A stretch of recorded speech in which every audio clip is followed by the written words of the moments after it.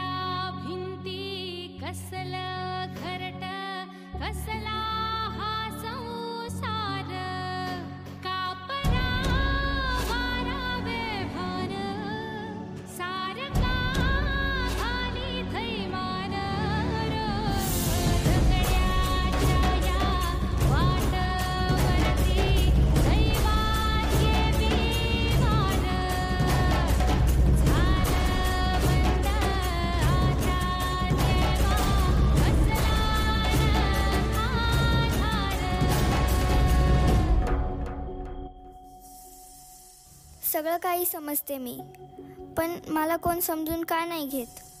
मला पण वाटतं की यांना समजून घ्यावं, पण असं वाटतं की होणार नाही हा अभ्यास माझ्यानी. मी एवढा पण अवघड नाही ग. फक्त तू मला घाबरू नकोस. मला समजून घेण्याचा प्रयत्न करत राहा. मग तू बघ, तू पण एक दिवस यशस्वी होऊन इतिहास लिहिशील.